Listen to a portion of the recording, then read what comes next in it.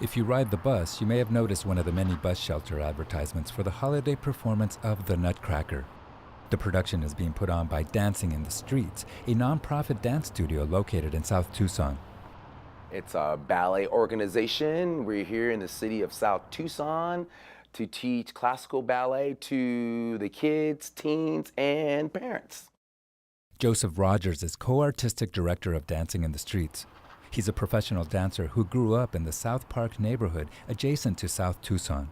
He says dance provided him an opportunity to see beyond the oppressive social conditions of his old neighborhood.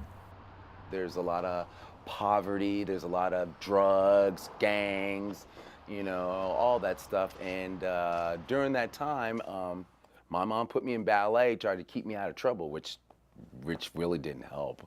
But I kept up with it, and when I pursued my dance career, I moved, and then I came back to Tucson to take care of my dad, and I looked around, and there was nothing artistically dance-wise for the kids as of classical ballet. So that's when I figured I need to do something. Doing something, in Rogers' mind, meant creating a dance studio that could provide children an exposure to the benefits of dance. He first voiced his concern over the lack of arts program for children at a town hall in 2009. I got back in the old neighborhood, and the old gangbangers were there with their kids, and I got out there and taught them ballet in the middle of the street. Since then, Dancing in the Streets has evolved into a multidisciplinary dance studio in one of Tucson's most disadvantaged communities. We don't turn away any student. If the student is passionate enough to come and dance and wants to learn about ballet, they're welcome, and we'll take them with open arms. Now, once I get them in there, now they like going, oh, what did I sign up for? Students that sign up for dance classes in this studio have an opportunity to learn classical ballet from a young age, and rehearsals culminate with elaborately produced dance performances. We do an annual Nutcracker production, and we've got about 130 to 140 kids aged 3 to adult that perform. Celeste Lupo is co-artistic director of Dancing in the Streets. She says her organization is currently preparing for its 5th Nutcracker, and for many of the kids and their families, the experience is their biggest and most significant exposure to the arts. Not only do we just train kids, we train the parents.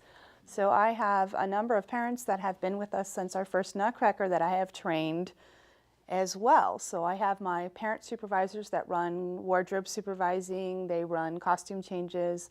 All of the racks you see behind me get sorted and organized and tagged and labeled.